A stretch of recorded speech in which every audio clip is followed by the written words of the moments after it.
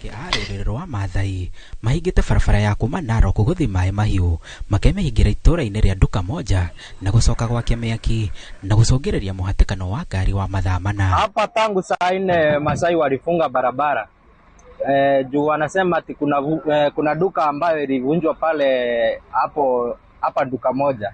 Hapa ni kitu yenye Masai walikuwa wanasema ati wakirudishia hiyo pesa tu barabara wanafungua. Aikari maugĩte moete ikinya rĩa kũrũrũngana kumana na ũhagũku wa ũgitĩri itũũra-inĩ rĩa Nduka Moja kũrĩa matuka makoretwo magĩtuo na gũtiga onjoria na hadhara nene. Mimi ni mwanabiashara Nduka Moja ambayo tumepata shida usiku ya kwamba ilivunjwa duka. Hiyo duka iligharimu milioni 3 na zaidi.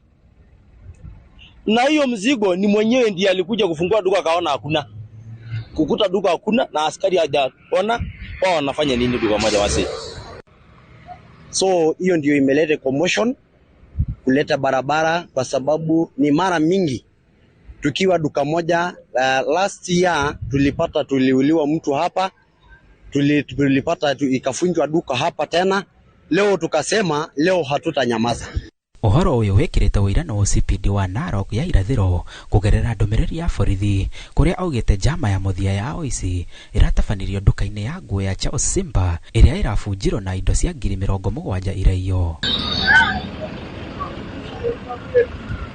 Mũrũrũngano ũyũ ũhorereite nĩ maabithaa kũng'ethanĩra na arũrũngani thutha ũrĩa mĩhang'o ya ũkui ĩcokereirie.